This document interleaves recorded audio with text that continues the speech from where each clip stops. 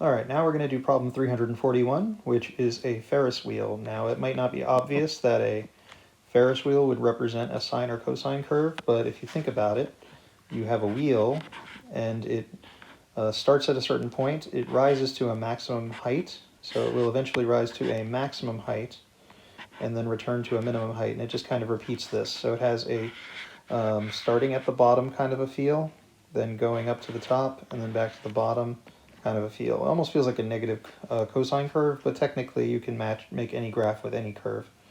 But that's why it fits the model of a sine curve, because you're just going to go bottom, top in an even, infinite manner. So let's take a look at this problem.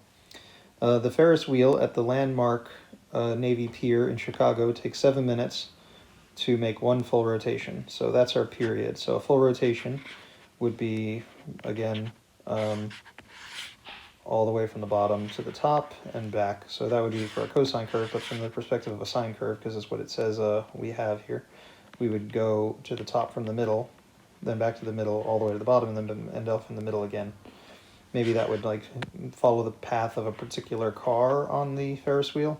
So it would follow to the top, go back to the middle, then back to the bottom, and then back to the middle again.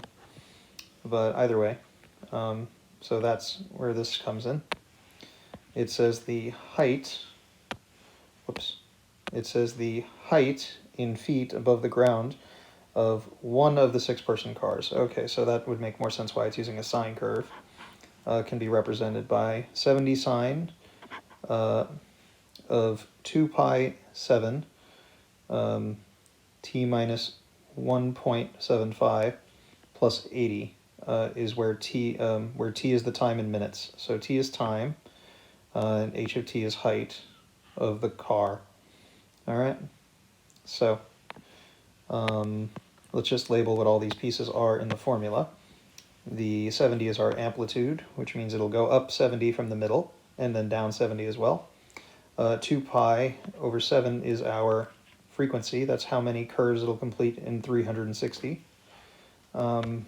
The minus 1.75 is our c value. You don't see that too often in a lot of problems, but this means that this graph has been shifted over 1.75 units to the right, and 80 is our midline.